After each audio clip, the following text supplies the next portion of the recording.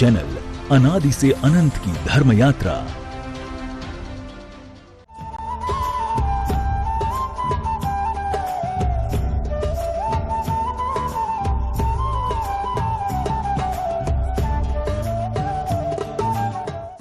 इस कार्यक्रम के पुण्यार्जक हैं श्री कंवरलाल जी महावीर प्रसाद जी, पाटनी, मदनगंज, किशनगढ़, राजस्थान।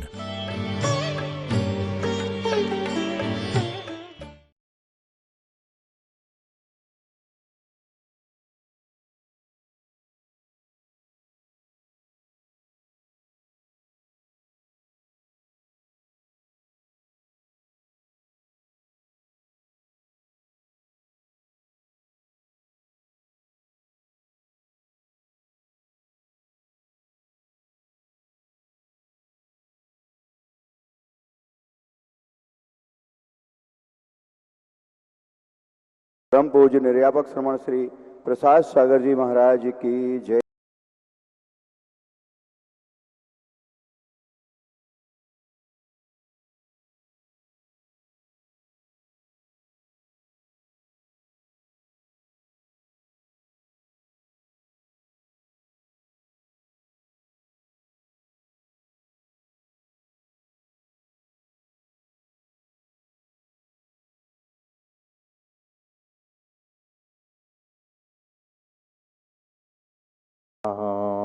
सिद्धेभ्य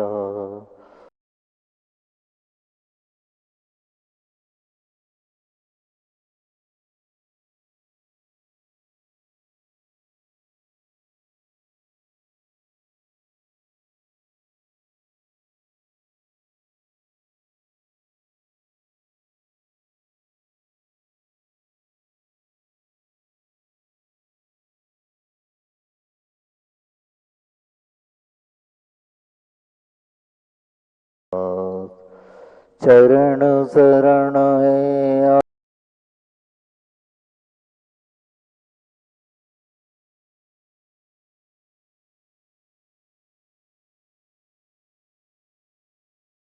जय जय आचार्य परमेष्टि गुरुदेव श्री विद्यासागर महामुनिराज की जय। जय आचार्य समय सागर जी महाराज की जय। जय जय निर्यापक मुनि श्री पुंगव सुधा सागर जी महाराज की जय। जय जय निर्यापक श्रवण मुनि श्री प्रसाद सागर जी महाराज की जय। जय जय 3,9 करोड़ मुनिराजों की जय। जय जय बोलिए परम पूज्य 108 पदम सागर जी महाराज की जय। जय जय नमोस्तु नमोस्तु नमोस्तु भगवान। संसार में अनेक प्रकार के प्राणी हैं और प्राणी होते हुए भी सबकी अलग अलग विशेषताएं होती हैं। ऐसा कोई भी प्राणी नहीं है जो गुणों से पूर्ण हो, और ऐसा कोई भी जीव नहीं है जिसमें दोष ही दोष हो। हर प्राणी में, हर जीव में दो गुण होते हैं। ये बात अलग है कि किसी में दोषों की संख्या ज़्यादा है और गुणों की कम है, और किसी में गुणों की संख्या ज़्यादा है और दोषों की कम है। लेकिन दोष और गुण संसार में रहते हुए एक साथ रहते हैं। सिद्ध अवस्था की बात छोड़े, वहाँ गुणों का ही भंडार है, वहाँ दोष बिल्कुल भी नहीं है। किसी दार्शनिक ने चंद्रमा को करके कहा, हे चंद्रमा, तू प्रकाश देता है, शीतलता देता है, रात में तुम्हारी चांदनी को देख करके आंखों को शीतलता पहुंच जाती है, मन प्रसन्न हो जाता है। लेकिन तुझ में यदि दाग ना होता तो कितना अच्छा होता। वही दार्शनिक कोयल के पास में पहुंचा और कोयल से कहता है कि हे कोयल, तू कितना अच्छा गाती है। गाने के साथ साथ यदि तेरा रूप और रंग यदि सुंदर होता तो कितना अच्छा होता। वही दार्शनिक जब गुलाब के पास में, गुलाब के फूल के पास पहुंचता है तो गुलाब के फूल से कहता है, हे गुलाब, तेरी सुगंधी पूरे विश्व को पसंद है। तुझको तोड़ करके शरीर की सुंदरता बढ़ जाती है। हर इंसान गुलाब को पसंद करता है, लेकिन सबसे बड़ी कमी ये है, तू कांटों में खिलता है। यदि कांटों में खिलता तो कितना अच्छा होता। वही दार्शनिक जब समुद्र के पास में पहुंचा और उसका छोर देखा तो समुद्र से कहता है, तुझ में कितने रत्न हुए हैं, तो इसके तेरी सीमा असीम है, तुझको नाप सकते हैं। रत्नों के भंडार भरे होते हुए भी तेरा पानी खारा है। यदि तेरा पानी मीठा होता तो कितना अच्छा होता। दार्शनिक इंसान था और उस इंसान की बातों को सुनकर के चंद्रमा ने, कोयल ने और गुलाब ने और समुद्र ने मिलकर के उस दार्शनिक ने कहा, हे मानव, तेरे अंदर नारायण बनने की क्षमता है। तो चाहे अपने पुण्य के माध्यम से, अपनी मेहनत और परिश्रम के माध्यम से तू नर से नारायण बन सकता है, लेकिन काश तेरे अंदर दूसरों की दोष देखने की क्षमता यदि दूर हो जाती है तो वास्तव में तू नर से नारायण बन सकता है। आज संसारी प्राणी जितने भी हैं अपने आप को कभी नहीं देखते हैं, हमेशा दूसरे दोषों की ओर उनका दृष्टिपात रहता है। हर व्यक्ति दूसरों के ऊपर उंगली उठाता है, तुम्हारे अंदर ये अवगुण है, तुम्हारे अंदर ये अवगुण है। कहावत चलती है बुंदेलखंड में, कानी अपना टेट नहीं देखता, दूसरे की आंख की फुली को बार बार परखता है। कोई काना व्यक्ति, उसकी एक आंख है, लेकिन वो अपनी आंख खराब को देखता नहीं है, और दूसरे की आंख में यदि थोड़ी सी फुंसी भी हो जाती है तो वो उसके ऊपर आंख उठा कर कहता है, तू कितना भद्दा लग रहा है, बस सूरत लग रहा है। जबकि वो नहीं कि मेरी तो एक ही आंख खराब है और इसकी तो थोड़ी सी फुंसी है और इसका इलाज हो जाने पर यह ठीक हो जाएगा। इसलिए आचार्य उमा स्वामी जी ने तत्वार्थ में कहा है, परात्म प्रशंसे सत्सत गुणोच्छादन भावने चा नीचे गोत्र से। क्या कहा? परात्म प्रशंसे, जो पर की निंदा करता है और अपने आत्मा की प्रशंसा करता है, वह नीच गोत्र का पात्र बनता है। अब नीच गोत्र में कौन है आप सब जानते हैं। त्रियंच को, नरकगति आदि को नीच गोत्र के अंतर्गत लिया गया है। मनुष्य और देवता को उच्च गोत्र के अंतर्गत लिया गया है। और मनुष्य भी जो जैन कुल में पैदा हुए हैं, ब्राह्मण कुल में पैदा हुए हैं, वैश्य कुल में पैदा हुए हैं, इनको ही उच्च गोत्र के अंतर्गत करा। ये क्यों होता है इस प्रकार से? तो उन्होंने कह दिया, जो पर की निंदा करता है और अपनी आत्म प्रशंसा करता है, वह निश्चित रूप से अगला जन्म नीच गोत्र का धारण करता है। और इसके विपरीत में जो अपनी निंदा करे और पर की प्रशंसा करे, वही व्यक्ति उच्च गोत्र का पात्र होता है। कई कई आचार्यों ने उच्च और नीच गोत्र के 2 भेद तो किए हैं और कहीं कहीं 6 भेद किए हैं।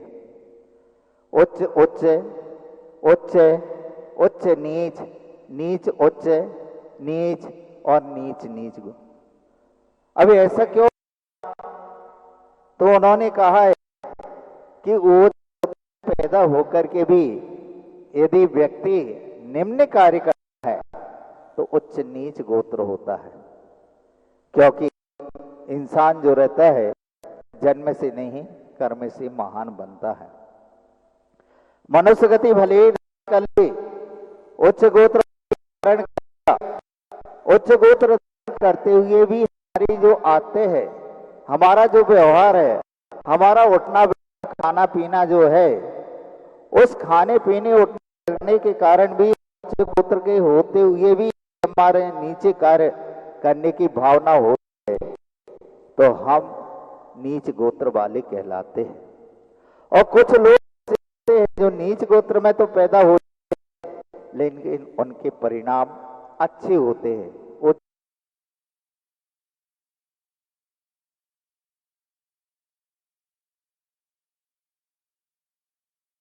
में अनेक उदाहरण ऐसे भरे पड़े हुए हैं जो नीच गोत्र में पैदा हुए, लेकिन नीच गोत्र में पैदा होकर के भी उन्होंने ऐसे ऐसे काम कर दिए जो उच्च गोत्र में पैदा होने वाले नहीं कर सकते हैं।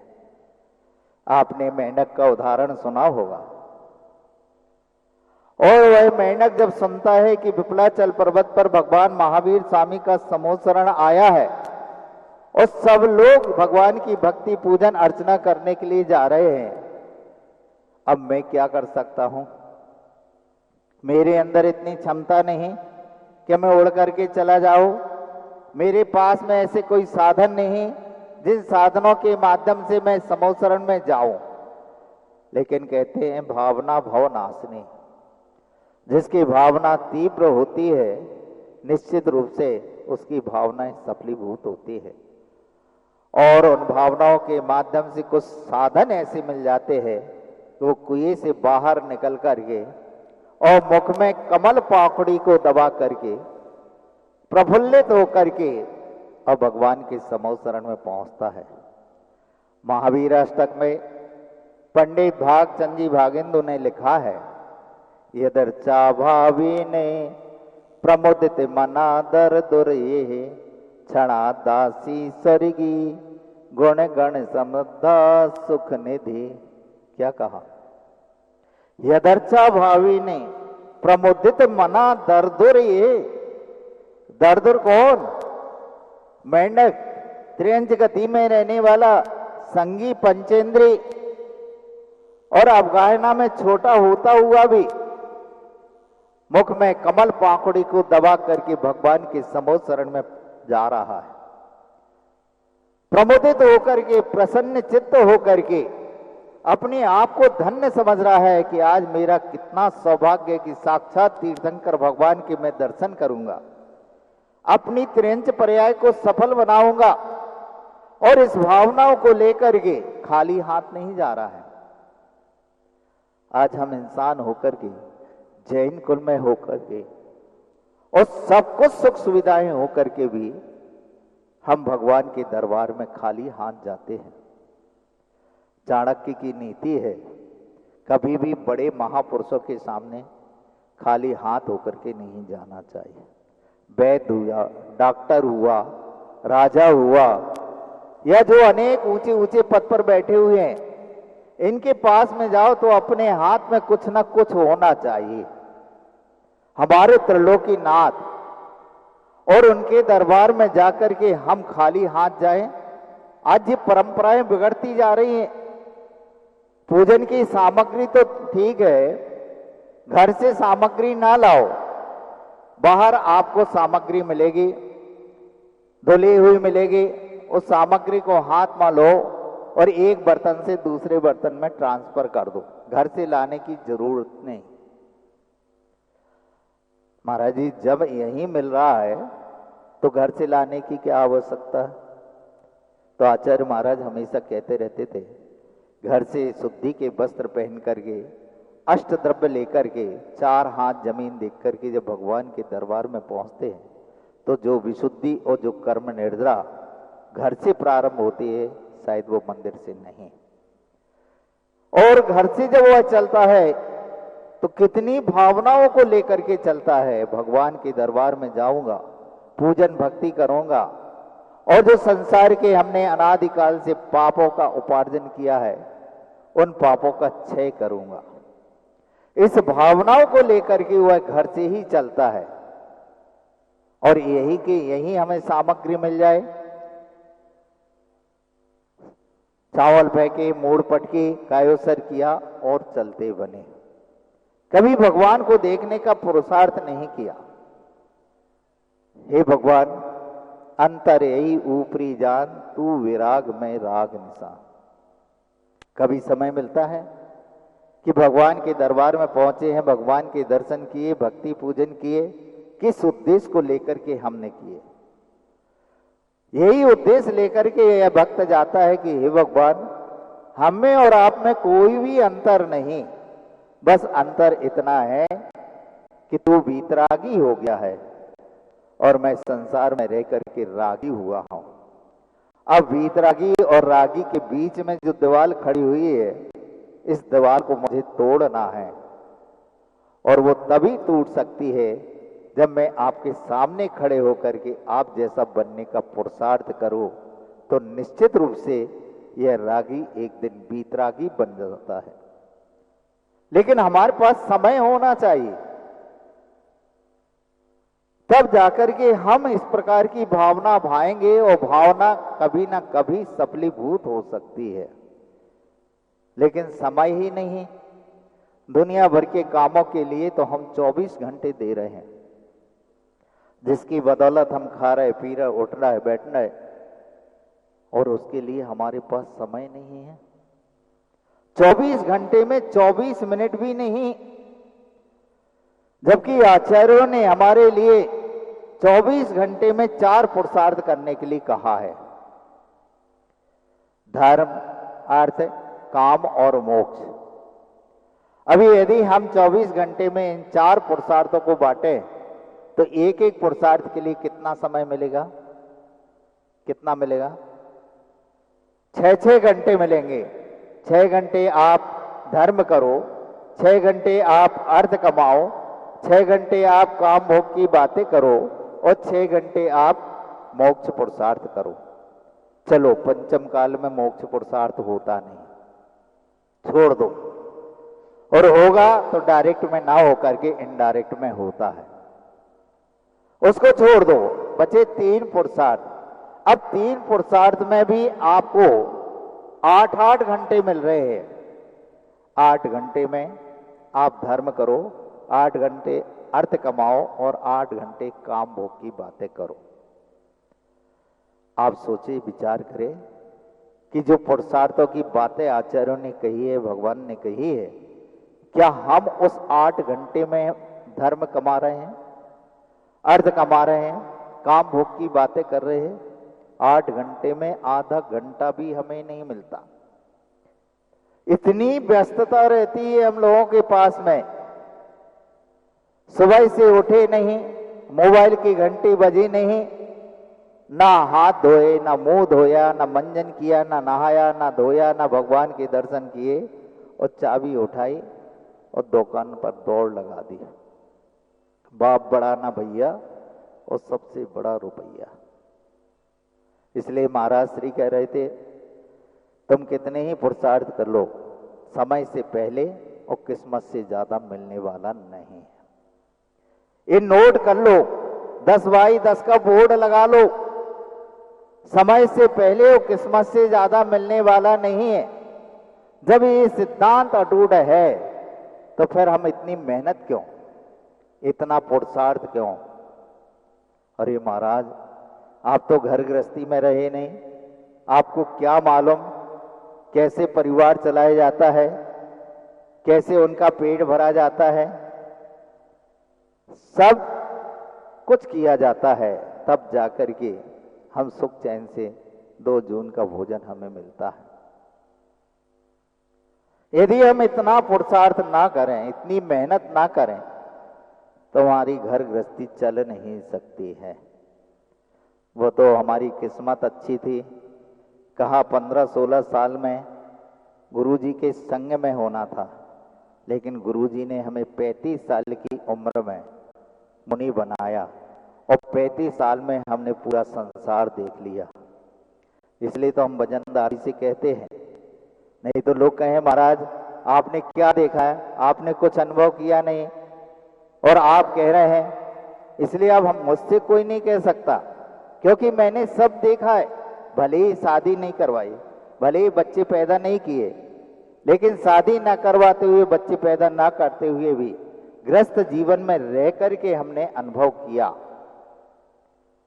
चाहे तो इंसान सब कुछ कर सकता है, लेकिन एक जो धुन बना बैठी है कि हमें तो कमाना है, कमाना है, तो याद रखो सिकंदर ने जिंदगी भर कमाया है, खूब लूटा है, दुनिया को लूटा है।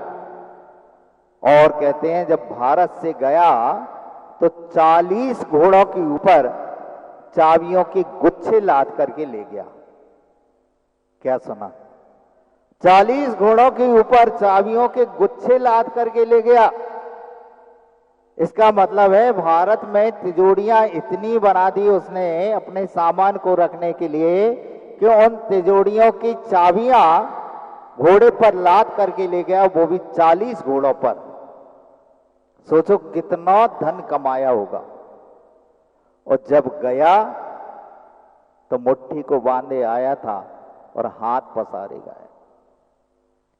दोनों तरफ से गाड़ियों में जो भी कमाया था वो चल रहे हैं। कंधा लगाने वाले बड़े बड़े वैद्य, हकीम, डॉक्टर लगे हुए हैं। और कहकर के गया कि दुनिया वालों को बता देना, मेरे दोनों हाथ कफन के बाहर निकाल करके रख देना, जिससे दुनिया जान जाए कि सिकंदर ने जिंदगी भर कमाया लेकिन खाली हाथ जा रहा है। सब धन दौलत यहीं पड़ी रह गई। बड़े बड़े डॉक्टर, वैद्य और हकीम भी उसको नहीं बचा पाए। कितना बड़ा उदाहरण। महाराज, ये तो सब पुस्तकों की बातें हैं, ठीक है, पुस्तकों की बातें हैं, पुस्तकों तक सीमित रखें। चलो अभी 1-2 साल पहले हम चलते हैं। कौन सा रोग हो गया? कौन सा रोग हुआ बताओ?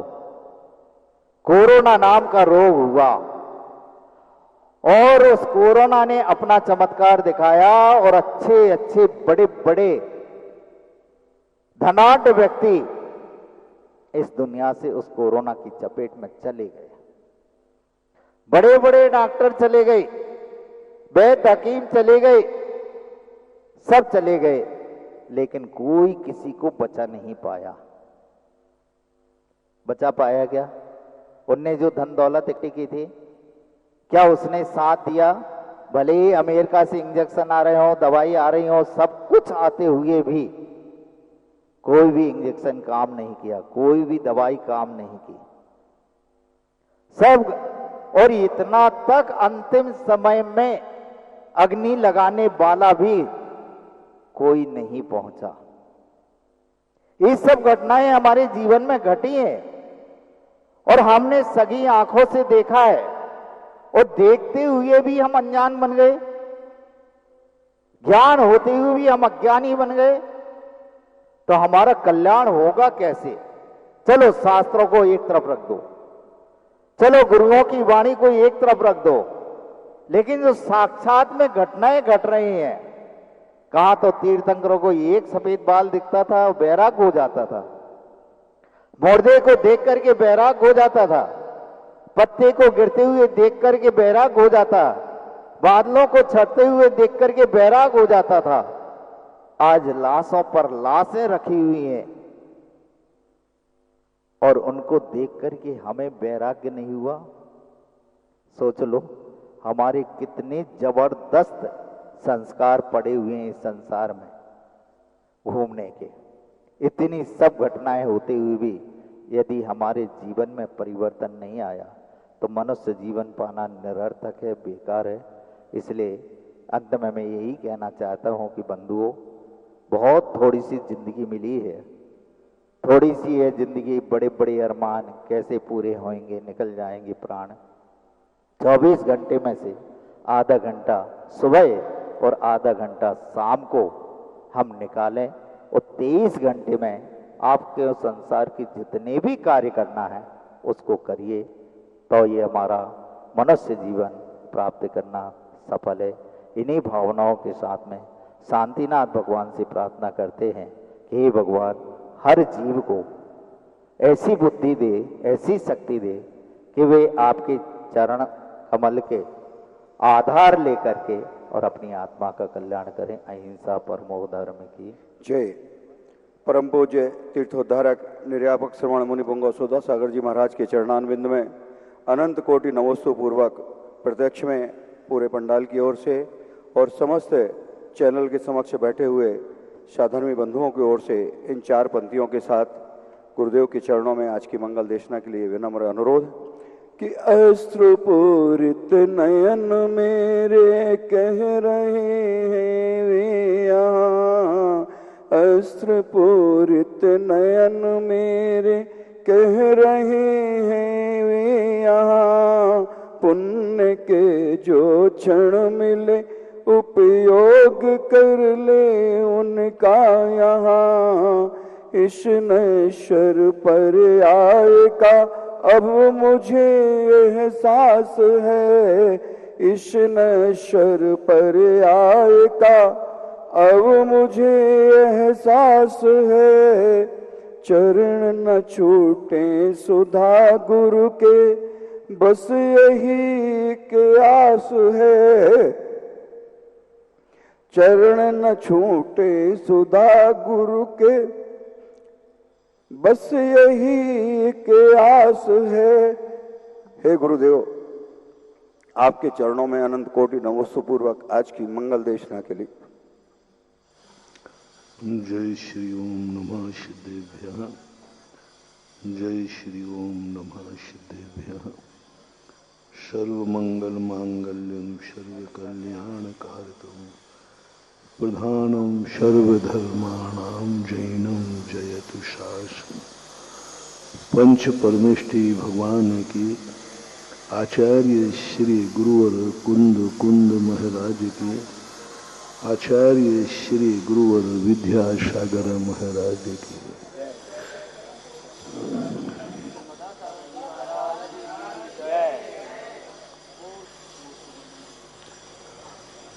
अभाव विचारणी नहीं है, क्योंकि वो है ही नहीं। सद्भाव विचारणी नहीं हो पा रहा है, क्योंकि सद्भाव मेरे पास है नहीं। और सद्भाव है, सबसे बड़ा अज्ञानी वह नहीं है जिसके पास अभाव है और वो रो रहा है। सबसे बड़ा ज्ञानी वह है जो सद्भाव में जी रहा है और अभाव में रो रहा है। सद्भाव में अभाव की अनुभूति है, अभाव में सद्भाव की अनुभूति है। ये कला है दुनिया में। जैन दर्शन यही कहता है कि तुम दुनिया में रह करके दुनिया को नहीं जान पा रहे हो। तुम्हारे पास सब कुछ है, कल कहा था ना प्रारंभ में, तुम वस्तु को जानते हो, वस्तु को जान करके भी तुम अनजाने की अनुभूति हो रही है। तुम जान रहे हो, वस्तु को देख रहे हो, फिर भी तुम्हें वस्तु की अनुभूति नहीं हो रही है। तुम अमीर होकर के गरीबी का अनुभव हो रहा है। गरीब को गरीबी का अनुभव हो, ये कोई आश्चर्य की बात नहीं है। अमीर को गरीबी का अनुभव हो रहा है। अंधा कहे कि मुझे कुछ नहीं दिख रहा है, लेकिन आंखों वाला कहता है मैंने देखा ही। अंधा कहे कि मुझे नहीं दिख रहा है, लेकिन यहां आंखों वाला कहता है मैंने देखा ही नहीं। मुझे दिख नहीं रहा है। चारों तरफ यही कह रहा है। एक व्यक्ति ने आके कहा, भगवान के दर्शन करके आया, चांदखेड़ी की घटना है। बोले महाराज जी इस मूर्ति का अतिशय क्या है? मन की दर्शन करके आए क्या? बोले करके ही आ रहा हूं। मैंने उदाहरण दिया, ये दुनिया कैसी है। खीर खा रहा है और पड़ोसी से पूछ रहा है कि खीर का स्वाद क्या है, बताना भाई। खा स्वयं रहा है और पड़ोसी से पूछता है कि स्वाद क्या है, बताओ इसे क्या कहोगे आप? जो खीर नहीं खा रहा है वो पूछे कि भाई खीर खाऊं कि नहीं खाऊं, पहले स्वाद बताओ। लेकिन ताज्जुब जब हो रहा है, खीर खाने वाला पूछ रहा है कि खीर का स्वाद क्या है। ये बहुत बड़ी विडंबना है, ये बहुत बड़ा। और संसार में सबसे ज्यादा लोग वो हैं जो खीर खाते हुए खीर का स्वाद पूछ रहे हैं। संसार में रह करके संसार को नहीं समझ रहे हैं। पाप करते हुए पाप अनुभूति में नहीं आ रहा है। प्रकाश होते हुए उन्हें गे नहीं दिख रहा है। यहां तक कि धर्म करते हुए भी धर्म का आनंद नहीं आ रहा है। सोच नहीं पा रहा, धर्म कर रहा है, धर्म नहीं कर रहा है। फिर भी वो कहता है कि भाई बताओ महाराज धर्म में क्या आनंद है। बहुत सारे लोग पूछते हैं महाराज जी छत्र चढ़ाने में क्या आनंद आ रहा है। मैंने क्यों पूछा? बोले मैंने कल छत्र चढ़ाया था। चढ़ाया था कि नहीं चढ़ाया? अब चढ़ाने के बाद पूछ रहा है कि छत्र चढ़ाने में आनंद क्या है। दान देने के बाद पूछ रहा है दान में आनंद क्या है। जो मुनि नहीं बना वो पूछे कि मुनि में आनंद क्या है। मुनि पूछ रहा है कि महाराज ये बताओ मुनि बनने में आनंद क्या है। मुनि पूछ रहा है मुनि बनने में आनंद क्या है। वृत्ति पूछ रहा है कि वृत्तों में आनंद क्या है। ये कितने आश्चर्य की बात है। पानी में मीन प्यासी मुझे सुन सुन आवे हासी। अनंत सागर अपने अंदर लहरा रहा है और पूछ रहा है मुझे प्यास लगी है, पानी कहाँ मिलेगा, और पानी में रह रहा है। ये कुछ ऐसे यक्ष प्रश्न हैं जिनके समाधान भगवान के पास भी नहीं। और दुनिया में वही व्यक्ति जी सकता है जिसके अंदर एक ऐसी कला आ जाए कि अभाव में भी सद्भाव की अनुभूति कर रहे हैं। मैं एक थोड़ा सा तुम्हें आश्चर्य में डालता हूं। दुनिया में जीव है ही नहीं। दुनिया में भगवान है ही नहीं। दुनिया में धर्म है ही नहीं। दुनिया में मुनि है ही नहीं। और कह दूं कि दुनिया है ही नहीं। मोक्ष है ही नहीं, दुनिया भी नहीं है, दिन है ही नहीं, सब चीज। अब इसको सिद्ध करो। मैंने कहा जीव है ही नहीं। अब जैन दर्शन से इस बात को सिद्ध करो। बोलो महाराज आप गलत बोल रहे हो, जीव है, मैं खुद बैठा हूं, आप खुद बैठे। मैंने कहा मैंने जो कहा है वह बड़े आदमियों की कोई बात को गलत करना ये उद्दंडता है। उन्होंने जो कहा है उसको गलत मत सोचो, गलत मत विचार करो। देखो महाराज जी क्या बोल रहे हैं, जीव होते ही नहीं, है ही नहीं जीव, है ही नहीं जीव। तो सब लोगों के मन में एक ही भाव आएगा कि महाराज क्या बोला, जीव होता ही नहीं है ही नहीं। लेकिन ये भी सत्य मानना, बड़े आदमियों की मुख से जो निकलता है वो कभी झूठा हो ही नहीं सकता।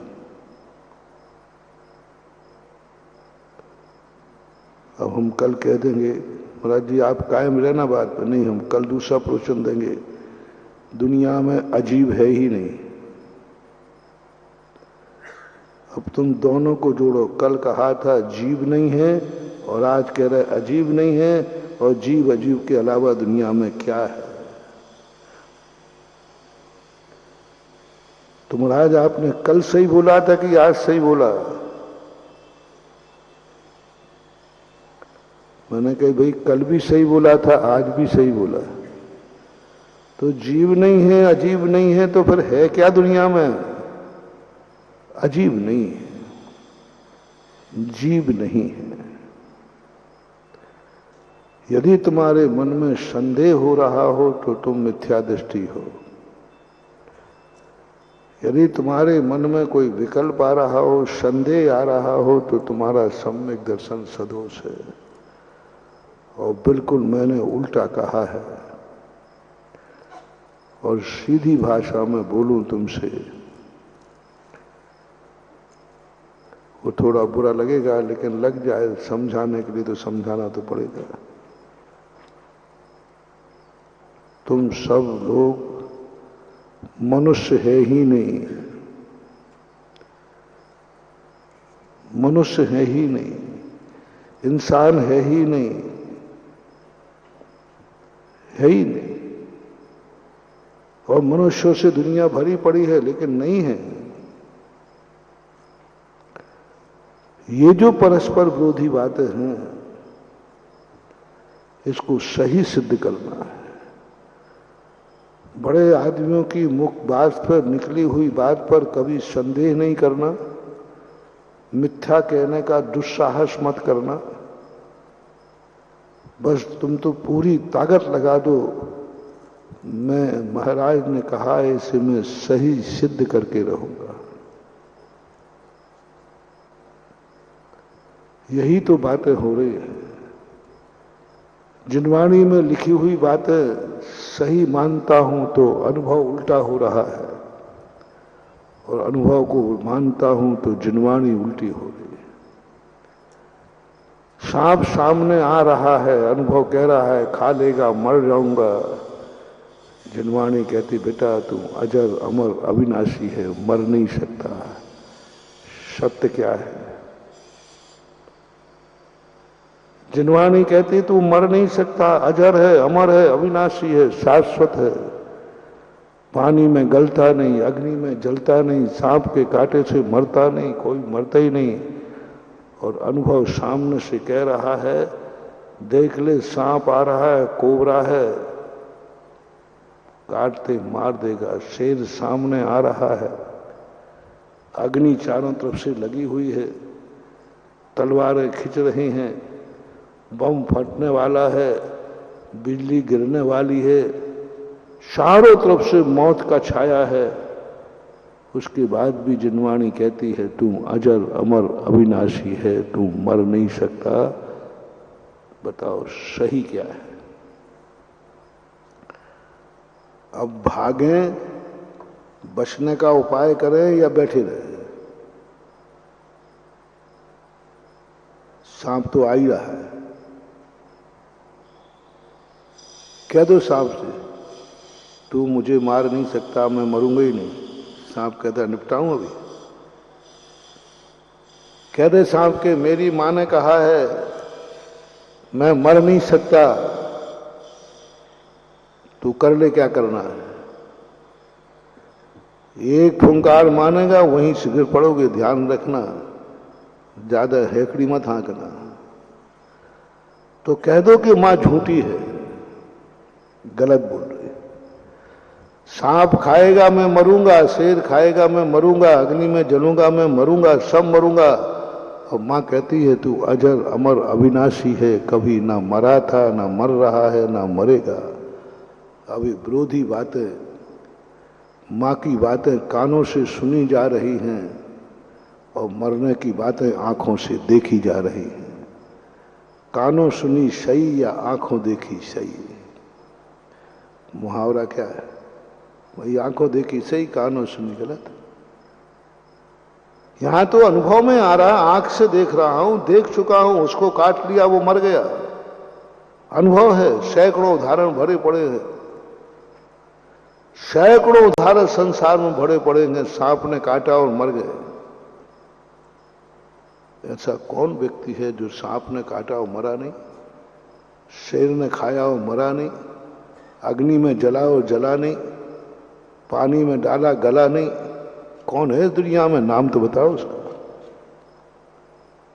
अब बताओगे सिद्धालय में, हमें सिद्धालय पता नहीं, प्रैक्टिकल दिखाओ ना। बस विज्ञान यही तो धर्म को उपेक्षा कर रहा है। वो कहता मैं प्रत्यक्ष दिखा रहा हूं और तुम्हारा धर्म कहता है कि हाँ अगले भाव में मिलेगा। मैं तो सामने दिखा रहा हूं। शास्त्र में लिखा है कि जिनवा चंद्रमा पर देवता रहते हैं। वो कहता है शास्त्रों में लिखा है, मैं तो आंखों से दिखाई दे रहा हूं, टेलीविजन में देखो, मेरा कैमरा चंद्रमा पर है और देखो वहां पर कुछ नहीं है। ऐसा अब सही क्या है? बहुत बड़ी बात। आंखों दिख रहा है कि चंद्रमा यह है और शास्त्र में लिखा है कि चंद्रमा पर देवता रहते हैं। अब किसे सही माने? बहुत बड़ी विडंबना है। जिनवाणी अनुभव से टकरा रही है, विपरीत जा रही है। किसी पराये से टकराए, अन्न मत से टकराए, अन्न के अनुभव से टकराए तो बात ठीक है, नहीं हमारी जिनवाणी सही है, पर को क्यों मानूं? लेकिन हमारी अनुभूति हमारे खुद से टकरा रही है, निशंकित नहीं हो पा रहे। जिनवाणी उसके पास है, जिनवाणी को मान रहा है, जिनवाणी सब कुछ है, लेकिन वो कह रहा मेरा अनुभव भी तो कुछ चीज है।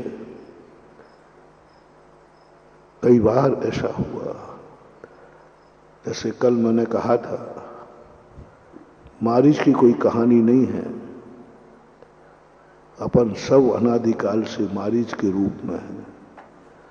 सब कुछ पाने के बाद भी हम कुछ नहीं पा पाए, सब कुछ होने के बाद भी हम कुछ नहीं पा पाए। प्रकाश था लेकिन हम नहीं जाग पाए। भगवान थे, हम भगवान को नहीं समझ पाए। कारण को समझा, कार्य को समझा, भगवान को समझा, लेकिन भगवान के स्वरूप को नहीं समझा। नमोकार मंत्र को सभी जानते हैं, लेकिन नमोकार मंत्र के स्वरूप को नहीं जानते। ये मुनि मुद्रा है, अजैन भी जानते हैं, लेकिन वे मुनि के स्वरूप को नहीं जानते। सब जानने में, सब समझ में आ रहा है, लेकिन स्वरूप समझ में नहीं आ रहा है। स्वरूप समझने के बना आने से मारीच किस प्रकार का पतन हुआ, ये कल बताया था। अपना भी पतन क्यों हुआ? हमने समोषण पाया, हमने भगवान की तीर्थंकर पाए, हमने दिव्य दृष्टि सुनी, यहां तक कि हम सुनकर के मुनि भी बन चुके, लेकिन मुनि बनने के बाद भी वो नहीं पाया जो मुझे पाना चाहिए था। वो नहीं मिल पाया जो हमें मिलना चाहिए था। हम नहीं पहुंच पाए वहां जहां हमें पहुंचना चाहिए था। सब कुछ होकर, अभाव में नहीं कि दिला रहा हूं तुम्हें, हम उसकी चर्चा कर रहे हैं। सद्भाव में अभाव की जिंदगी जी रहा है। सद्भाव में मारीच के पास सारे सद्भाव थे, चौथा काल था, भगवान सामने थे, वो अनाथ बन के जी रहा था, अभाव में जी रहा था। आज जैसे जैनी के पास सब कुछ है, उनके देव अच्छे हैं, गुरु अच्छे, सब कुछ, लेकिन उसको उसमें आनंद नहीं आ रहा है। वो कहीं अगरबत्ती का पुड़ा लेकर के खड़ा पाया जाता है। जैनी की बात कर रहा हूं, उसे जैन देव का आनंद नहीं आ रहा है। जैन देव सामने है, जैन कुल है, लेकिन वो जैनत्व का आनंद नहीं ले पा रहा है, अनुभूति में नहीं आ रहा है, स्वरूप नहीं समझ रहा है जैन देव का। जैन देव को मान तो रहा है, ये भी कह रहा है हाँ पक्का है जैन देव हैं, 18,200 से रहित है, 18,200 से रहित हैं। यह जिनेंद्र भगवान का स्वरूप नहीं है, ये तो उनका लक्षण है। अनंत चतुष्टय से युक्त हैं, ये उनका लक्षण है।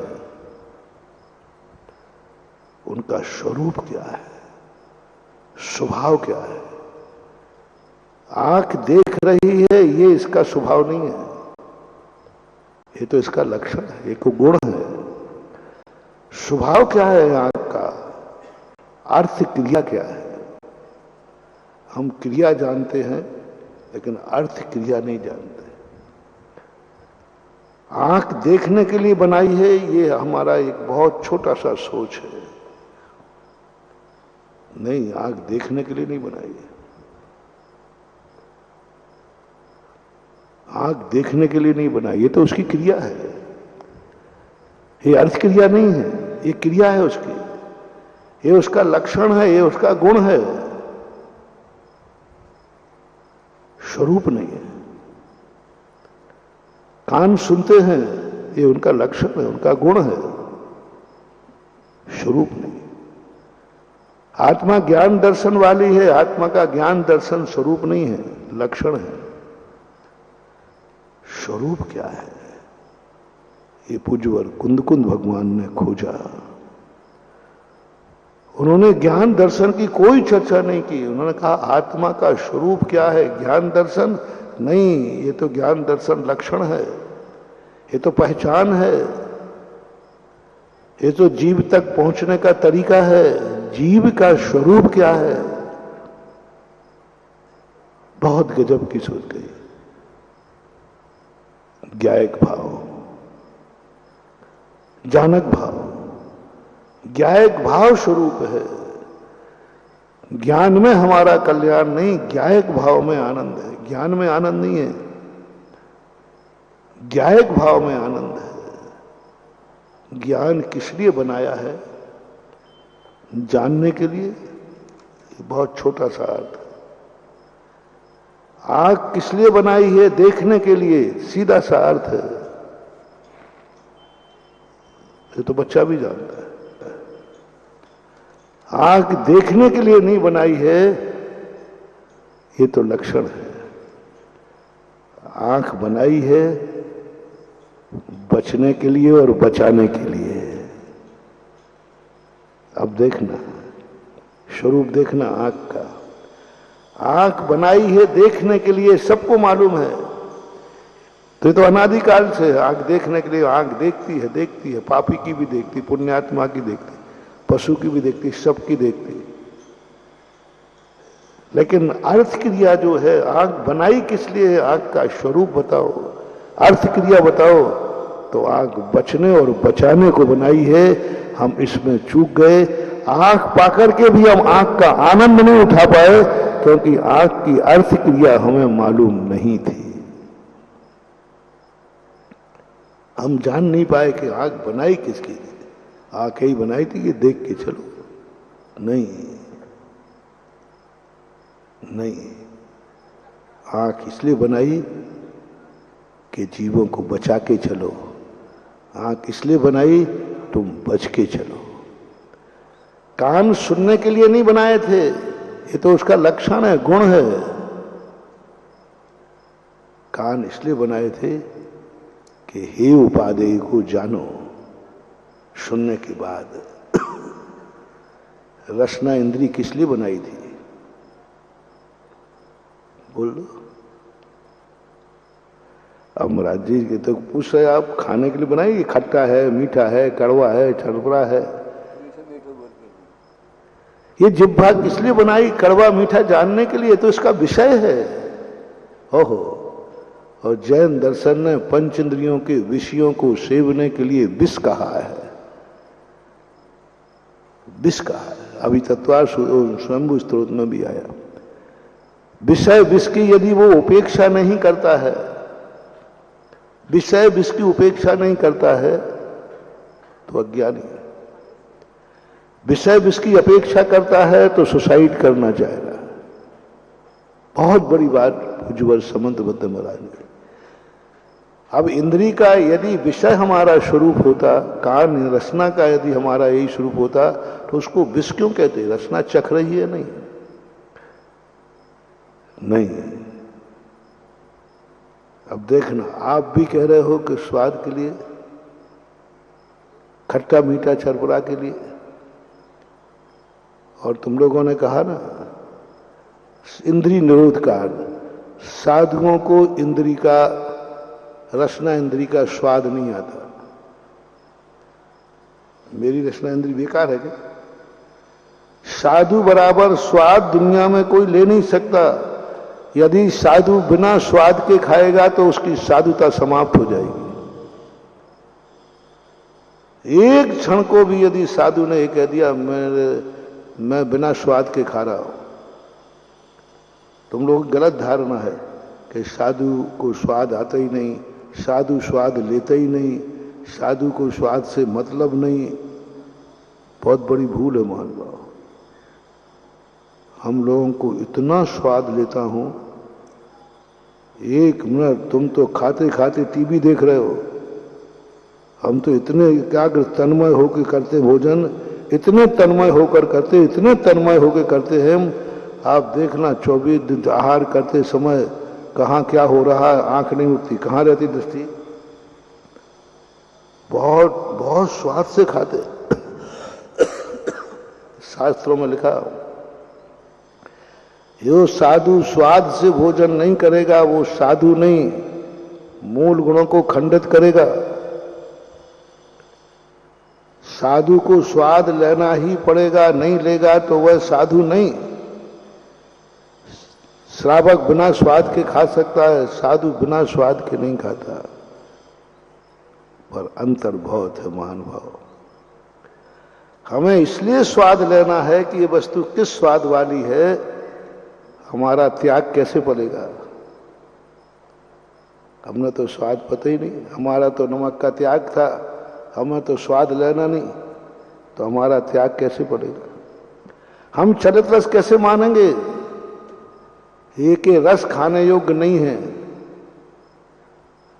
ये कब पता चलेगा, जब हमारा उपयोग रसना इंद्री में होगा, जब हमारे में उपयोग होगा कि इसमें रस है और फलाना रस है, उसमें ऐसा स्वाद आ रहा है। एक चलित नाम का अंतराय कहा, चलित रस। अब चलित रस तो जब हो जब हम स्वाद लेवे। रसना इंद्री का स्वरूप, पर्पस क्या है। तुम रसना इंद्री के गुण को जानते हो, तुम रसना इंद्री के लक्षण को जानते हो, और साधु रसना इंद्री क्या क्यों बनाई गई ये रसना इंद्री, इसकी उपयोगिता क्या है, इसकी अर्थ क्रिया क्या है, क्या जरूरत थी। रसना इंद्री स्वाद के लिए बनाई गई, मजे के लिए बनाई गई नहीं। रसना इंद्री कहीं अभक्ष न पहुंच जाए, त्यागी हुई वस्तु खाने में ना आ जाए, इसलिए रसना इंद्री बनाई गई है।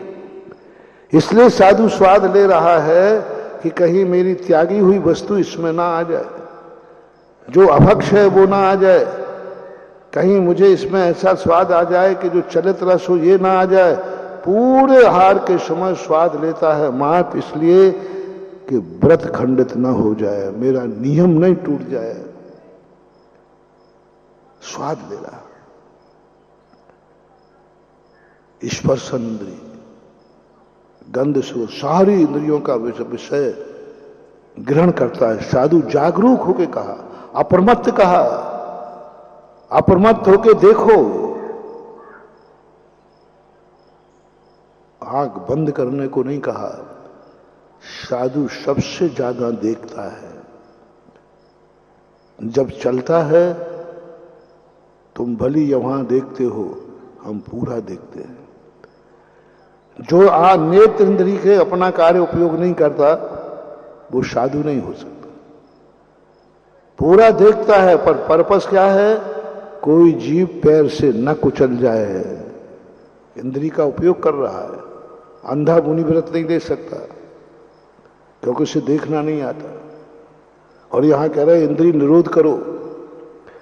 इंद्री निरोध का अर्थ नहीं कि आंखें फोड़ लेना है।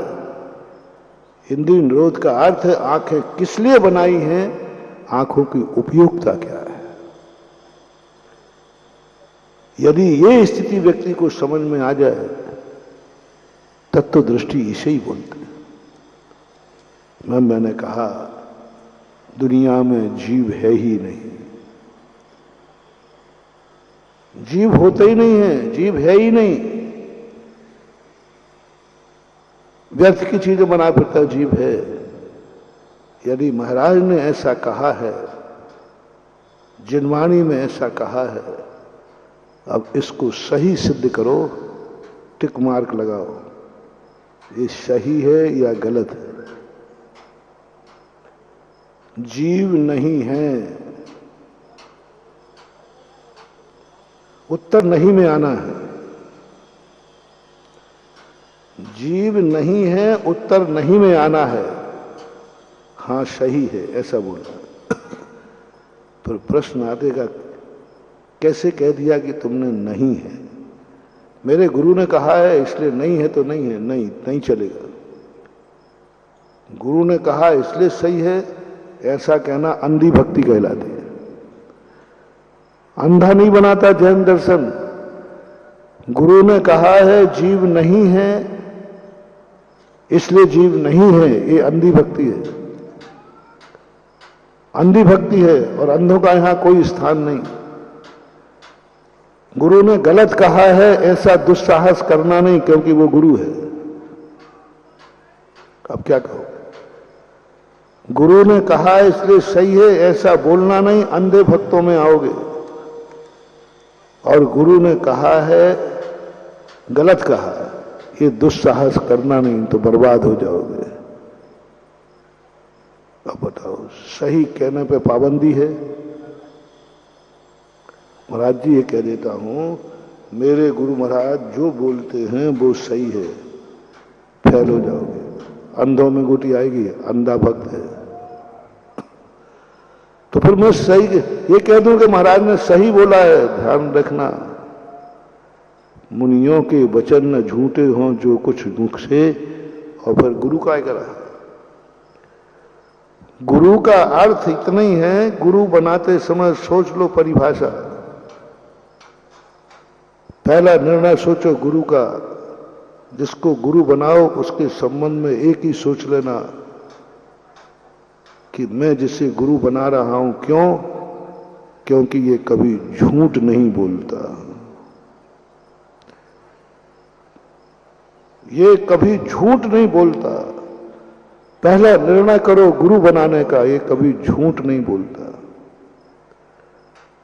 और स्पष्ट बोल रहा है जीव नहीं है, जीव नहीं है दुनिया में।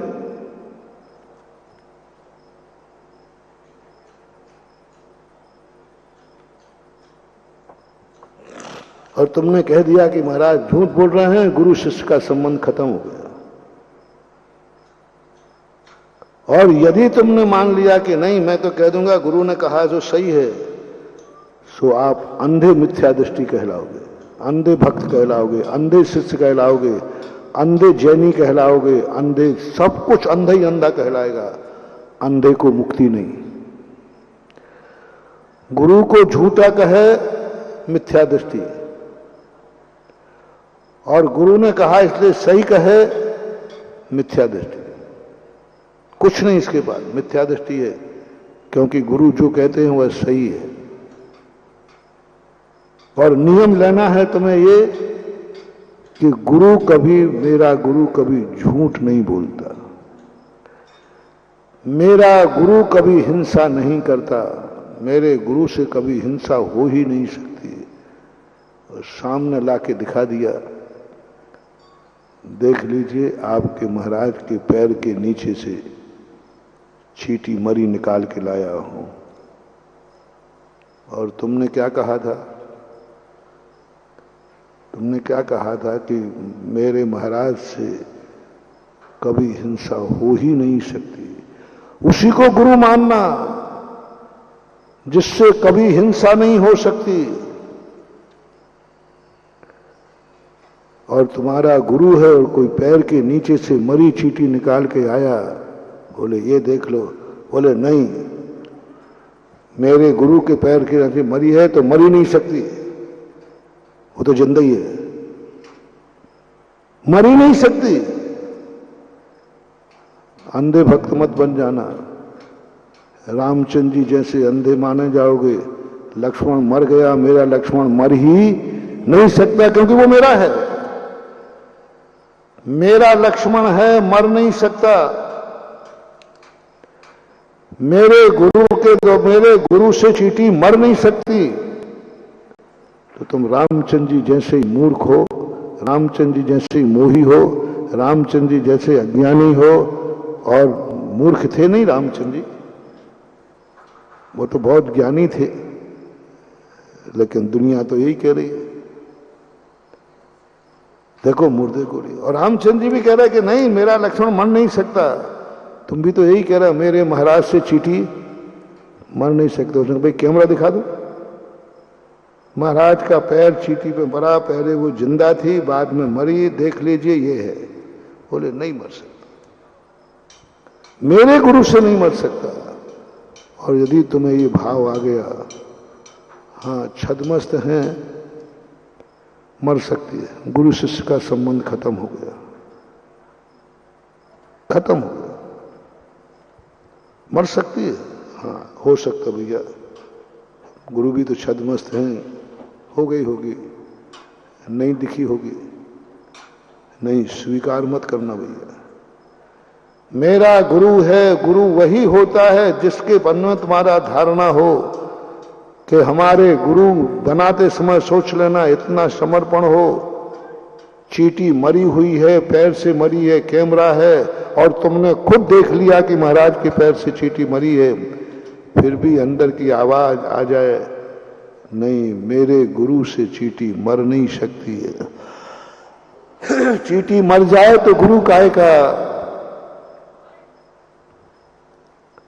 और चींटी न मरे ऐसा कैसे दावा कर सकते?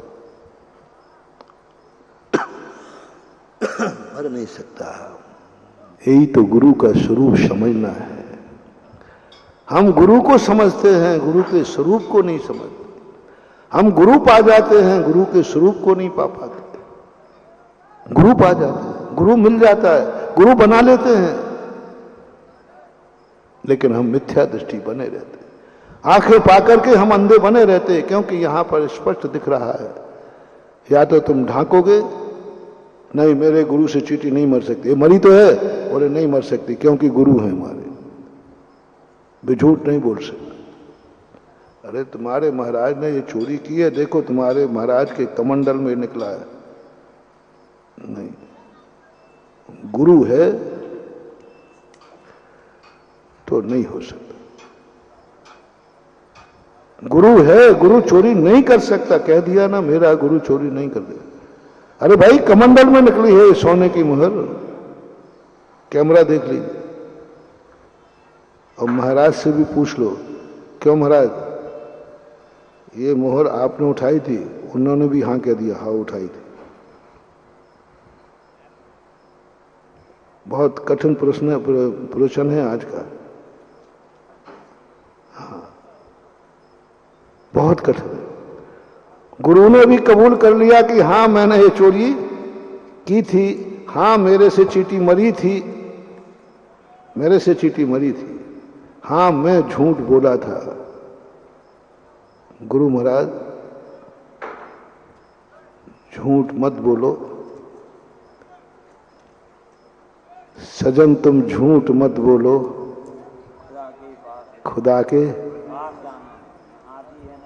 न हाथी घोड़ा है, वहां पैदल ही जाना है, भगवान झूठ मत बोलो। बोले बेटा झूठ नहीं बोल रहा हूं, मैंने चोरी की है, ये मेरे कमंडल में मैंने ही रखी थी। महानुभाव, गुरु से चोरी हो ही नहीं सकती, चोरी कर ही नहीं सकता, क्योंकि वो मेरा गुरु है इसलिए। नहीं नहीं नहीं, अंधे भक्त। महाराज इंद्रियों के विषयों का सेवन करते हैं, पूरी इंद्रियों का विषय ग्रहण करते हैं, हो ही नहीं सकता। वो गुरु कैसा जो इंद्रिय का सेवन करे। महाराज से पूछा, महाराज जी आप भोजन करते समय आप स्वाद ले रहे हो क्या? तो महाराज ने कहा हाँ ले रहा हूं। तुम कहना हो ही नहीं सकता, झूठ बोल रहे हो महाराज आपके, आप स्वाद ले रहे हैं। और मैं खुद कबूल कर रहा हूं कि मैं स्वाद ले रहा हूं भैया, लेता हूं। मैं भोजन बहुत स्वाद से खाता हूं, बहुत स्वाद से। तुम लोग इतने स्वाद से नहीं खाते। तुम लोग तो खाते भोजन हो, स्वाद तुम्हें टीवी का आता है आता है। टीवी देख रहे हो, टीवी का उसका स्वाद आ रहा है, भोजन का तो तुम्हें। और हम देखो उस समय कुछ नहीं करते ना, मौन रहते हैं, यहां वहां देखते भी नहीं, क्योंकि स्वाद आ रहा है। हाँ भैया मैं स्वाद ले रहा हूं। नहीं, गुरु जो है वो स्वाद ले नहीं सकता। महाराज आप झूठ बोल रहे हो। भैया मैं झूठ नहीं बोल रहा हूं, स्वाद ले रहा हूं, इंद्रियों का स्वाद ले रहा हूं मैं। भक्त कहता है नहीं, ले ही नहीं सकते महाराज, परिग्रह है आपके पास। है भैया है, पिछी है, कमंडल है, चौका है, पाटी है, चटाई है, कमरा है, थोड़े राग द्वेष भी है, कसाय भी। शिष्य कहता हो ही नहीं सकता। अब इसलिए नहीं हो सकता कि वो तुम्हारे गुरु हैं, अपनों के गुरु, अपनों में कभी दोष नहीं देखते। नहीं नहीं, मेरे गुरु हैं इसलिए वे सदोषी नहीं है, ये बात नहीं, अंधे मत बनना। और दोष है ये कभी कल्पना करना नहीं, ये कभी कल्पना करना नहीं। स्वरूप समझो, अर्थ क्रिया समझो। वो झूठ बोले हैं कि नहीं, नहीं बोले। सुनने में झूठ आया है, सुनने में झूठ आया है महाराज, बोल नहीं सकते। शब्द झूठा निकला है, मुंह से निकल गया झूठा शब्द, कानों में पड़ गया झूठा शब्द। लेकिन महाराज को झूठ बोलने का पाप नहीं लगा, कर्म का बही खाता उठाया। तो झूठ बोलने का एक अशुभ पाप होता है। गुरु के सामने या कोई भी झूठ बोलना पाप बंध का कारण होता है।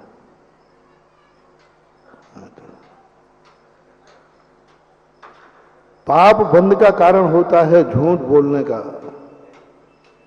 बही खाता उठाया कर्मों का, वहां झूठ बोलने का कोई पाप नहीं लिखा था। और स्पष्ट महाराज ने कहा हां मैंने झूठ बोला है। और स्पष्ट सुनने वाले कहते महाराज ने झूठ कहा है, कैमरा साक्षी है। लेकिन जब कर्म की किताब उठाई, वहां झूठ बोलने वाले का कोई कर्म नहीं बंधा था उनको। ये कैसे संभव हो गया? ये कर्मों से चूक कैसे हो गई? कर्मों से चूक कैसे हो गई? इतनी बड़ी चूक कर्मों में। स्वयं कह रहा है हां मैंने झूठ बोला है, सुनने वाला कह रहा है झूठ बोला है, और कर्म के बही खाते में अदालत ने कहा इसने झूठ नहीं बोला है। वकील ने सिद्ध हो गया, सब तरफ से गवाह सिद्ध हो गए, सब सिद्ध हो गए। एक अदालत ऐसी भी है जिसने घोषणा किया कि सब कुछ साक्ष्य मिलने के बाद भी, सब कुछ साक्ष्य मिलने के बाद भी कि इन्होंने झूठ बोला है, साक्ष्य है, सिद्ध है, लेकिन फिर भी इनको बाइज्जत बरी किया जाता है, बाइज्जत बरी किया जाता है। ये फैसला सही है या गलत है? गवाह मौजूद थे, साक्ष्य मौजूद थे, सब कुछ मौजूद था, और उनको बाइज्जत बरी कर दिया गया। दुनिया के लोग कहेंगे महाराज ये फैसला गलत है। बस यदि हिम्मत हो तो इस फैसले को सही रूप सिद्ध करके दिखाओ, तो तुम्हें जैन धर्म समझ में आ जाएगा, गुरु समझ में आ जाएगा, भगवान समझ में आ जाएंगे, ये सारी दुनिया समझ में आ जाएगी। तुम्हें फिर दुनिया में कहीं दोष नहीं दिखेगा। पदम सागर महाराज जी कह रहे थे ना, एक उदाहरण सुना रहे थे, बहुत अच्छा था वो, बहुत अच्छा था। क्या सुनाया था उन्होंने? कि कोयल री कोयल, तेरे पास सब कुछ सही है, लेकिन तू काली नहीं होती तो कितना अच्छा था। फूल रे फूल, तेरे पास कांटे नहीं होते तो कितना अच्छा था। सागर रे सागर, तेरे पास खारा नहीं होता तो कितना अच्छा था। एक और था, चंद्रमा रे चंद्रमा, तू काला नहीं होता तो कितना अच्छा था। दाग नहीं होता तो कितना अच्छा था। संत कहते हैं, हे मूर्ख, तुझमें दोष देखने का आदत नहीं होती तो कितना अच्छा था। तुझमें दोष देखने की आदत नहीं होती तो कितना अच्छा था। सब कुछ तेरे पास अच्छा है। उसने भी प्रशंसा की, उसने भी बहुत प्रशंसा की, चंद्रमा तू बहुत अच्छा है, शीतल है, चांदनी अच्छी है, लेकिन दाग है। कोयल बहुत अच्छी है, समुद्र बहुत अच्छा है, सब कुछ अच्छा है, लेकिन ऐसा ही संत कहते हैं, रे महानुभाव, तेरे पास बहुत अच्छा है, तू जैनी है, बहुत अच्छा है, सब कुछ है, भगवान भी तेरे पास है, लेकिन तेरे पास दोष देखने की आदत नहीं होती तो कितना अच्छा था, कितना अच्छा था। आज यही हो रहा है, जिससे जो चीज नहीं बनती है उसकी बुराई करना शुरू कर देता है। आप अक्सर कर देखना। मैंने कंजाइस्टों से पूछा, मैंने कि भैया मुनि बनना चाहिए या नहीं, मोक्ष मार्ग में बनना चाहिए कि नहीं? बोले बनना चाहिए। तो मैंने कि बुराई क्यों कर रहे हो? बोले मैं नहीं बन पा रहा हूं। है ना, तुम नहीं बन पा रहे हो तो मैं गाड़ी में नहीं बैठ पाया तो चिल्लाएगा, देख तेरी गाड़ी तो वो टंग गया। तुम दुर्गति में पड़े नहीं निकल पा रहा है तो दूसरा क्यों से निकल जाए? वो ही लोग मुनि बनने की बुराई करेंगे जो मुनि नहीं बन सकते हैं। ये मोटिवेशन आप दुनिया में लेके जाना। मुनि बन करके मुनि बनने का, मुनि बनने का विरोध कौन कर रहा है? बहुत कम कर सकते, लेकिन ज्यादातर वे पाए जाते हैं जो मुनि नहीं बन पा रहे। वृत्ति नहीं बन पा रहा है तो वृत्ति का प्रभाव, क्योंकि स्वयं वृत्ति नहीं ले पा रहे। जो रात्रि भोजन नहीं छोड़ पा रहा है उसका विरोध करते हैं। जो मंदिर नहीं जा रहा है वो मंदिर का विरोध करता है। सब जगह यही भरा पड़ा है। जो जिससे नहीं बनता है, और महानुभाव ये मोटिवेशन ले लेना, जो जिस चीज की बुराई कर रहा है समझ लेना वो चाहता तो है लेकिन कर। आजकल ये विद्वानों में, साधु संतों को भी ये बीमारी लग गई, जैसे तुम लोगों में लगी ना। गरीब वो नबराई करता है, पैसे से क्या होता है? पैसा तो दुनिया 2 नंबर में कमाते हैं। हाँ, वो भी चाह रहा है लेकिन मिला नहीं तो क्या करे? जितने गरीब हैं पैसे वालों की बुराई करते हैं। आप देखना पैसे से क्या होता है, उसकी मालूम नहीं तुम्हें कितना बेईमानी से कमा रहा है, कितना गलत करा रहा है, कितना गलत कर रहा है। महाराज तो बस पैसे वालों को है मालूम है पैसा कहां से आ रहा है। मैं समझ जाता हूं ये पैसे कमाने के लिए इसने सिर तो फोड़ा है लेकिन कमा नहीं पाया, इसलिए पैसे की बुराई करने लग गया। 90% गरीब पैसे वाले की बुराई करते पाएंगे, चाहे तो वो भी रहे थे। लेकिन लालू ने एक बहुत अच्छी बात कही थी। लालू को मैं वैसे अच्छा कहता ही हूं, कल भी कहा था। उसने एक बात कही कि बोले देखो भाई, आप लोग हमें बुरा कहते हो, हम बुरे हैं, तो ये बताओ मैं हर बार चुनाव में कैसे जीत जाता हूं? 5 साल बाद तो मुझे चुनाव लड़ा, फिर भी मैं एक बार वो रेगुलर 3 बार जीता था। उसकी पत्नी भी जीती। बोले देखो साहब, मैं गलत हूं तो मैं कैसे जीत जाता, आप बताओ। तो लालू खुद ही कहते, आप लोग ये कहोगे कि आप 2 नंबर की वोटें डलवा के जीतते हो, बूथ कैप्चरिंग, गलती वोटें डलवाते हो, नकली डलवाते हो, दादागिरी से डलवाते हो, ये कर लेते हो। ये आप लोग मेरे ऊपर आरोप लगाओगे और लगा रहे हो। तो मैं सारे जगत से पूछना चाहता हूं कि जो व्यक्ति चुनाव पे खड़ा हो और उसे सील और बैलेट पेपर, नकली वोट डालने का पूरी छूट मिल गई हो, तो उस भारत के ईमानदार नेता का बताओ जो नहीं डलवाए। पूरा मौका है, ये पेपर रखा है और ये सील रखी है, कोई तुम्हारा व्यक्ति बैठने वाला है, तुम जितनी वोटें डालो सब डाल सकते हो, और चुनाव में खड़ा है। ऐसा व्यक्ति कौन है ईमानदार जिसे नकली वोटें डालने का पूरा मौका मिले, पूरा 100%, फिर भी नहीं डाले? महावीर चल, नहीं नहीं मैं तो ईमानदार हूं, सुधा सागर का भक्त हूं, अपन नहीं डालेंगे। अरे बेटा डबल डबल ठोकेगा, मौका तो मिल उधर ना तो महाराज याद आएंगे ना धर्म याद आएगा, वहां तो आएगा मौका मिला है तो डालो। क्या गजब का डायलॉग उसने दिया। कौन है जो नहीं डालेगा मौका मिलते ही?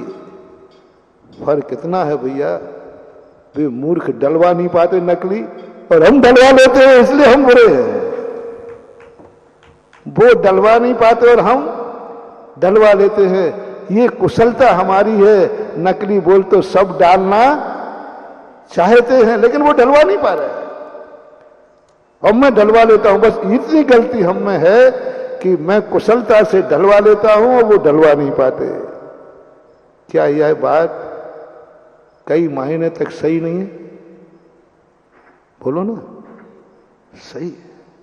कौन नहीं चाहता, पर ये डलवा नहीं पाते, इनको मौका नहीं मिलता, ये कला नहीं जानते। कितने विद्यार्थी हैं जो नकल नहीं करना चाहते, मिले तो उनको उत्तर आ नहीं रहा है, और बाजू में कॉपी करके दिखा रहा है, नहीं मैं नहीं देखूंगा, मैं सुधा सागर का भक्त हूं, ईमानदार हूं। अरे महाराज एक तरफ टिकाओ, उत्तर नहीं आ रहा है और कोई उत्तर तुम्हें दिखाए स्लेट पर लिख के दूर से, तो बताओ रे मेरे ईमानदार छात्रों,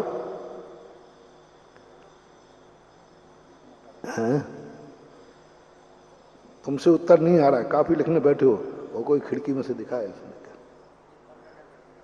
हाँ, कहाँ है वो सिद्धू बैठा है? बोल भाई, तू सुधा सागर का भक्त चेला है, इंटरव्यू देने गया है और आंसर आ नहीं रहा, कोई खिड़की में से तुझे दिखा रहा है हेयर हेयर हेयर, अब तुझे उत्तर आ नहीं आया, हेयर आने क्या, तो मास्टर खिड़की में दिखा। नहीं नहीं मैं नहीं देखूंगा, मैं सुधा सागर का भक्त हूं, नकल नहीं करूंगा। पर बोलो, उस समय नकल करने का भाव आएगा कि नहीं आएगा? उस समय कुछ नहीं, उस समय तो यह है कि मुझे जो आंसर पूछा गया है वह आंसर मुझे देना है, चाहे पूछ के बने चाहे। अब जो नकल नहीं कर पाए तो कहते हैं नकल से पास हो गया। नकल से पास होने से क्या होगा? वो खिड़की में से नकल करा दी थी, अब वो बुराई करेगा क्योंकि उसको किसी ने कराई नहीं। वो इसलिए बुराई नहीं कर रहा है कि नकल नहीं करना चाहिए, वो इसलिए बुराई कर रहा है कि वो नकल कर नहीं पाया, उसको कोई कराने वाला नहीं मिला, इसलिए नकल की बुराई कर रहा है। में आपकी दुकान क्यों खुली है? और उसको करा देता तो नहीं, नकल तो बहुत अच्छी करानी चाहिए। आज यही हो रहा है, हम नकल नहीं कर पाए इसलिए नकल कर की बुराई है। पास हो गया, वो नकल से पास हुआ है, वो नकली बोतल डलवा के पास हुआ है। 90% हारने वाला क्या बोलता है? बोलो, हारने वाला क्या बोलता है? अरे रात बेईमानी हुई है, धांधली, खरीद फरोख्त हुई है, धांधली। अच्छा, तुझे मौका मिलता धांधली का तो नहीं। हम बाकल के लोग हैं महाराज जी, देखो देखो बाकल के लोग हैं, शांतिनाथ बाबा की तलेटी में रहते हम लोग। नहीं नहीं नहीं नहीं महाराज, हम लोग बहुत ईमानदार लोग हैं। हाँ, ईमानदार है बेटा। क्या हो रहा है? सत्य कहां छुप रहा है? नहीं देख पा रहा है व्यक्ति कि हम चंद्रमा का कलंक देख रहे हैं, हम लेकिन कहकर सब मिटा रहे हैं। काश हम में दोष देखने की आदत खत्म हो जाती तो आज चंद्रमा और फूल सारी दुनिया में तुम्हारे दीवाने बन जाते। आज हो रहा, सब तरफ हो रहा। साधु संतों में हवा आ गई है, क्योंकि वो भी संसारी, जिनसे प्रवचन नहीं बनता है। तो क्या कहते हैं, प्रवचन करने से क्या होता है? ये तो चार लच्छेदार बातें सुनाने से क्या होता है? समझ लेना इसको प्रवचन करना नहीं आ रहा है। चाहता तो वो भी है, चाहता तो वो भी है, लेकिन हम वो आ ही नहीं रहा, करें क्या? तपस्या करने से क्या होता है? उपवास करने से क्या होता है? भूखों मरने से क्या होता है? क्योंकि उससे एकासन नहीं हो रहा है। एकासन नहीं हो रहा है तो उसने क्या कर दिया? तपस्या करने से क्या होता है? भूखे मरने से क्या होता है? शरीर सुखाने से क्या होता है? क्योंकि उससे उपवास होते करके देख लिया उसने, 14 का एकासन नहीं बना, तो उसने ये तो नहीं कहा कि देखो मैं कितना पापी हूं, उसने ये और कह दिया उपवास करने से। देखो उपवास नहीं होना कोई बड़ी बात नहीं है महानुभाव, नहीं हो रहा मेरे से, नहीं चलता मेरे से, कोई बात नहीं, अभी तक तो मिथ्या दृष्टि नहीं हो, लेकिन तुमसे उपवास नहीं बना तो उपवास करने से क्या होता है? उसी समय धर्म से वो मिथ्या दृष्टि है, अनंत संसारी है। हम मुनि नहीं बन पा रहे, कोई बात नहीं, मेरी किस्मत में नहीं है, लेकिन पंचम काल में मुनि होते ही नहीं। ओहो महान पाप, महान अनर्थ, इससे बड़ा अनर्थ मिथ्या दृष्टि संसार में कोई नहीं है। नहीं महाराज मैं तो भैया मैं मुनि नहीं बन पाऊंगा, मेरे बस की बात नहीं है। मुनि व्रत पालन करना मेरे से नहीं, कल नहीं, मैं जीवन में मुनि नहीं बनूंगा, नहीं बनूंगा, नहीं बनूंगा। लेकिन वो स्वप्न में भी कभी मुनि की बुराई नहीं करेगा। जिंदगी में मुनि नहीं बनेगा तो भी सम्यक दृष्टि है, सम्यक दृष्टि है, बनने का भाव भी नहीं है, सम्यक दृष्टि है। लेकिन जैसे उसने कहा मुनि बनने से क्या होता है? मुनि होते ही नहीं पंचम काल में, बस अब धाम से मिथ्या दृष्टि हो गया, क्योंकि स्वयं नहीं बन पाया इसलिए उसने मुनि पद होता ही नहीं है, मिथ्या दृष्टि हो गया। आज जैनी विद्वानों में, पंडितों में ये बीमारी है, स्वयं नहीं बन पाते तो अक्सर का देखना वे मुनि पद की विरोध करेंगे जो मुनि नहीं बन पाते। प्रवचन नहीं हो रहा है, प्रवचन सुनने कोई आ ही नहीं रहा है, क्योंकि प्रवचन अच्छा नहीं कर रहे। प्रवचन देने का प्रयास किया उन्होंने, अभी मैं उदाहरण सहित दूंगा तुम्हें, खूब प्रयास किया, माइक लगवाए, पेपर में दिलवाया, व्हाट्सएप चलवाए, लेकिन श्रोता आई नहीं, क्योंकि उनका प्रवचन देने नहीं आता था। तो उनने उठा के क्या कहा? प्रवचन देने से क्या होता है? किस लिए कह रहा है? प्रवचन देना आना चाहिए, ये कोई जरूरी नहीं है, कोई जरूरी नहीं आ रहा प्रवचन, क्या बात हो गई? लेकिन तुम्हें प्रवचन करना नहीं आ रहा है तो प्रवचन करने से क्या होता है? ये ऐसा ज्ञानावरणी कर्म का बंध होगा कि लब्धि अक्षर का अनंतमा भाग रह जाएगा। ऐसे व्यक्ति मर करके मंद बुद्धि होंगे, विकलांग होंगे, पागल होंगे, विक्षिप्त होंगे। ऐसे व्यक्तियों की समाधि कभी अच्छी नहीं हो सकती। जिनको प्रवचन करना नहीं आ रहा उनकी नहीं कह रहा हूं, उनकी तो अच्छी समाधि हो सकती है, लेकिन जो कहते हैं कि प्रवचन करने से क्या होता है, क्योंकि उनको नहीं आता। भीड़ इकट्ठी करने से क्या होता है, क्योंकि उनके पास कोई भीड़ ही नहीं जा रही, जनता ही नहीं पहुंच रही, तो अब क्या करें? तो वो कहना शुरू, अभी तक कोई बात है नहीं, कोई भीड़ नहीं आए, कोई बात नहीं, मुनि है। लेकिन जैसे उसने ये शब्द बोला, भीड़ इकट्ठी करने से क्या होता है, ऐसा ऐसा जाकर के कर्म का बंद करेगा कि जंगल में जाकर एक इंद्री पेड़ होगा जहां कोई भी नहीं पहुंचेगा, पशु पक्षी भी नहीं पहुंचेंगे। क्योंकि उसने कहा क्या होता है, दान देने में कोई बात नहीं, दान नहीं देना कोई बड़ी बात नहीं है, नहीं देना। महाराज मेरे भाव नहीं हो रहे दान देने के, है पैसा तुम्हारे पास, फिर भी तुम्हारे भाव नहीं हो रहे तो भी तुम सम्यक दृष्टि हो, पैसा है तुम्हारे पास, महाराज जी मेरे भाव नहीं हो रहे, मेरी श्रद्धा नहीं है, मेरे कंजूस हूं महाराज, मेरे से पैसा छूटता नहीं है। बहुत सारे लोग आते हैं, मैं कहता हूं भैया पैसा नहीं हो तो कोई बात नहीं, महाराज पैसा तो हमारे पास बहुत है, कोई फर्क नहीं पड़ता। बहौरी बंद का पूरा मंदिर में अकेले बना दूं, कोई फर्क नहीं पड़ता महाराज, हमारे पास बहुत पैसा, कोई फर्क नहीं पड़ता। लेकिन महाराज मेरे से पैसा छूटता नहीं। मैं क्या कहूं ऐसे व्यक्ति को? कोई बात नहीं, मैं उसको कभी मिथ्या दृष्टि नहीं कहूंगा। महानुभाव, पैसा होते हुए भी वो कह रहा मेरे से छूटते ही नहीं, मैं दान देने का भाव होते ही नहीं महाराज, मैं नहीं दे पाऊंगा, और दो दूंगा तो मुझे बहुत दुख होगा। आप मालूम नहीं मैं गजब का कंजूस हूं, और मुझे नींद नहीं आएगी और कहा मुझे हार्ट अटैक हो जाए तो मैं कह दूंगा कोई बात नहीं बेटा, मत देना। लेकिन उसको माफ नहीं करूंगा, उसको माफ नहीं करेगा कर्म जो दान नहीं दे रहा है। और जिन्होंने दिया है, दान देने से क्या होता है? अरे झूठी साची बोल के कमा के दान देने से ये हैं पापी, ये ऐसे कर्म बांधेंगे कि ये चौराहे पर बैठ जाएंगे तो भी इनको कोई भीख देने वाला नहीं मिलेगा। भीख मांगेंगे लेकिन भीख नहीं मिलेगी, क्योंकि इन्होंने दान की बुराई की थी, नहीं दिया था उसका नहीं दिया, कोई बात नहीं, लेकिन हमने नहीं दिया तो दान बुरा है। शिविर की बुराई करना, उन्होंने भी शिविर लगाने का प्रयास किया। एक महाराज थे, शिविर लगाने से क्या होता? मैंने कहा महाराज जी ऐसा क्यों बोल रहे हैं आप, शिविर तो अच्छी चीज है, ज्ञान मिलता है।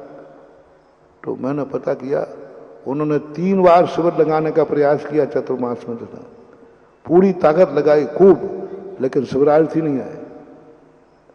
तो उन्होंने क्या कहना शुरू कर दिया, शिविर लगाने से क्या होता है, अब हो जाएगा कबाड़ा। पहले आचार्य से खूब चौके लगते थे ना, तो दूसरे महाराज कहते बहुत सारे चौके लगाने से क्या होता है, वेस्टेज है, एक चौके में खाना तो एक ही काफी है। ये आरोप था, फिर लगाते खूब लगाते, अरे 100 चौके लगाने से क्या होता है, चौके लगाने से कोई 100 चौके लग रहा है इसलिए कोई धर्मात्मा हो गया, 100 चौके लग गए इसलिए कोई भगवान हो गया, कोई महाराज हो गया। अरे एक चौका लग रहा है, उनके भी भाव थे 100 चौके लगाने के, लेकिन बुलाने से भी नहीं आए। बुलाए तब भी नहीं आए, कोई बात नहीं, यदि पुण्य की कमी है, एक ही चौका लगता है, कोई पाप नहीं, कोई दोष नहीं है, ठीक है, नहीं लग रहा। लेकिन जिनको 100 चौके लग रहे हैं, चौके लगाने से क्या होता है, 100 चौके लगने से कोई महान हो गया, साधु क्या होता है, बस अब ये हो गया पापी, ये हो गया मिथ्या दृष्टि, बस समझ लेना ये अनंत संसारी है, अनंत संसारी है, इसमें आप कंप्रोमाइज नहीं करना। निश्चित समझ लेना, चाहे वो साधु हो, चाहे वो श्रावक हो, चाहे तुम खुद हो, चाहे मैं खुद हूं, चाहे मैं हूं, चाहे आप हो, कोई भी हो, जो कार्य हम करना चाहा कर नहीं पाए, इसलिए हमने उसकी बुराई कर दी, समझ लेना हमारा बहुत अशुभ डाउनफॉल आ गया, पूरा डाउनफॉल आ गया। और आजकल तुम देखना हर चीज में, प्रवचनों में, साधुओं के फिल्मों, कहीं ना कहीं उस चीज की निंदा करते हुए मिल जाएंगे जो वो कर नहीं पाए। अरे करने के बाद निंदा करे तो समझ में आ सकता है, मैंने अनुभव करके देखा है, हम तो कर नहीं पाए। इसलिए एक महाराज ने बोलियों का निषेध किया, उन्होंने एक बोली कांड पे किताब लिखी, बोली समीक्षा। बड़ी बुराई होती है, आजकल बोलियां लगती हैं, धर्म बेचा जा रहा है, अभिषेक बेचा जा रहा है, शांति धारा लाखों की बोलियां लग रही है, मान कसाई की पुष्टि हो रही है, आज बिक रहा है, मार्केट हो गया। अरे मैंने कहा ऐसा क्यों कह रहा है? अब मैं तो थोड़ा देखो, थोड़ा मेरे में अकल थोड़ी अलग क्वालिटी की है। मैं तो मैंने कहा जरूर ये बेचारा घबराया हुआ है।